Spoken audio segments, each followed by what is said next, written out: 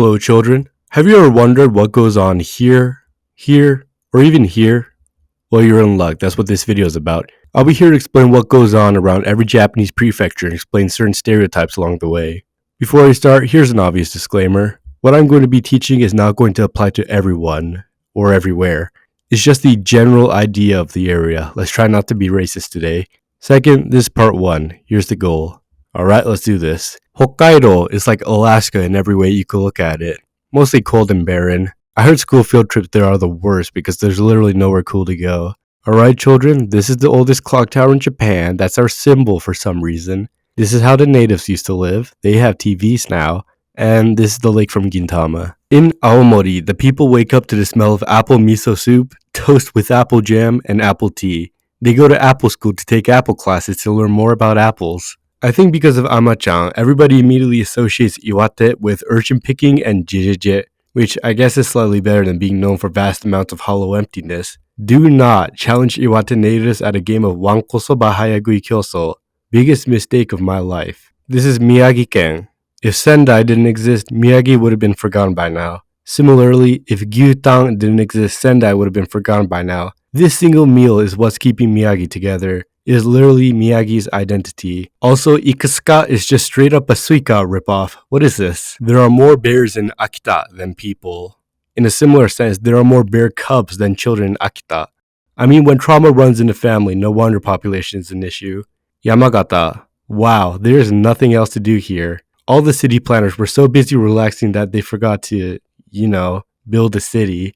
This place just feels like a fever dream. No wonder people compare this place to Spirited Away. 13 years after the incident, I could confidently say that this charm didn't work. Talk about unlucky when Fukushimans, generally known for being old, aka the demographic that can't move, had to be told to move far, far away. You failed your purpose.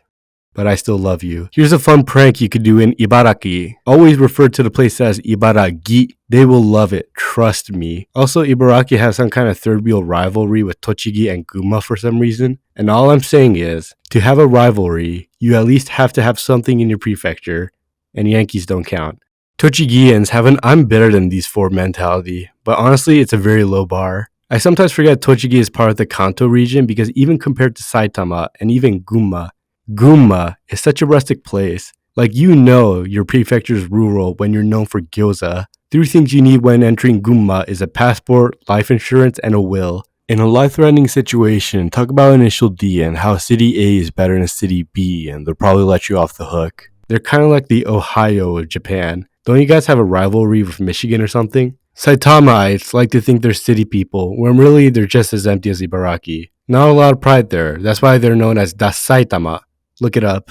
Chiba people like to think they're a part of Tokyo, so they put Tokyo in front of everything. Chiba Disneyland? Nah, scratch that. That sounds way lamer than Tokyo Disneyland. Chiba German Village? No way we'll profit with that name. Turn it into Tokyo German Village.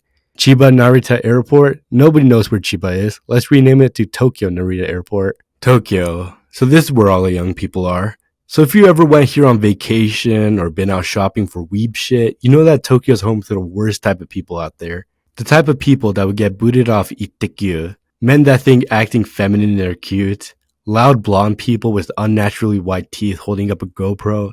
Becky. If you're one of these people, stop it. It's not fashionable to wear a monochrome baseball hat and a plain white t-shirt, okay? Do you even know who the San Diego Padres are? Kanagawa-ken is obviously the best prefecture, Don't tell me Yokohama is just another part of Greater Tokyo. I swear there's a difference. We're cleaner. We used to be so important. And we still are. Now we're just kind of like the Massachusetts of Japan. As in, the only authentic part of the country overshadowed by assholes.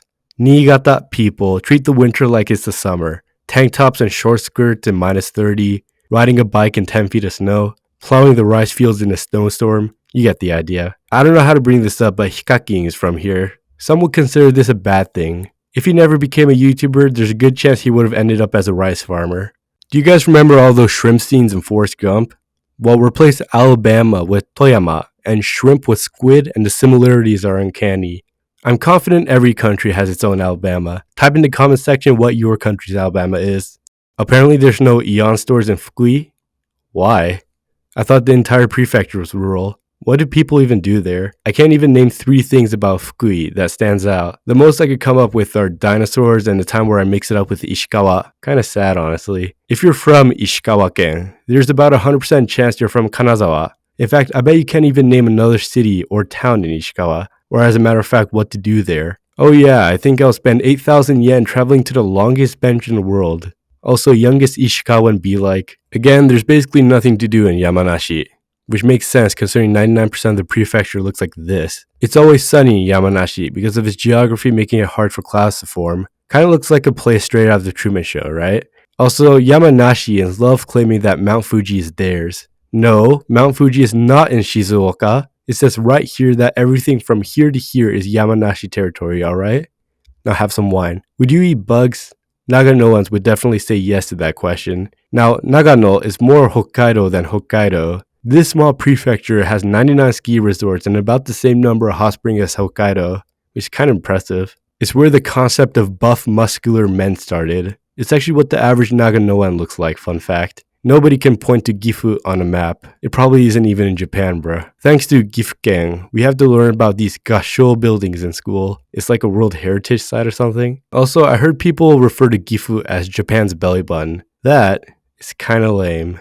Like, aren't you the sword capital of the world? Make a nickname out of that. Shizuokans love their tea so much it comes out of their faucets. I bet the reason why their tea is so good is because they use the water that flows down from Mount Fuji. Fun fact, every Shizuokan climbs Mount Fuji at least once every day. Don't fact check me. There's a lot of famous people from Shizuoka. None that you're probably familiar with except maybe the author of Chibi Maruko-chan. Everyone in Aichi is shit at driving. You can pass a driver's test in Nagoya just by knowing what is a brake pedal. In Aichi-ken, green means go, yellow means go, and red means stop being a pussy and just fucking go. Half the time, the place just feels like a GTA 5 lobby. I bet the reason why Toyotas are so safe is because it was invented in Aichi for Aichians. There's even a word to describe this phenomenon, Nagoya Bashiri. It's so infamous, there's even a Wikipedia article about it. Anyways, that's part 1. Next week will be the rest of the prefectures, Mie to Okinawa.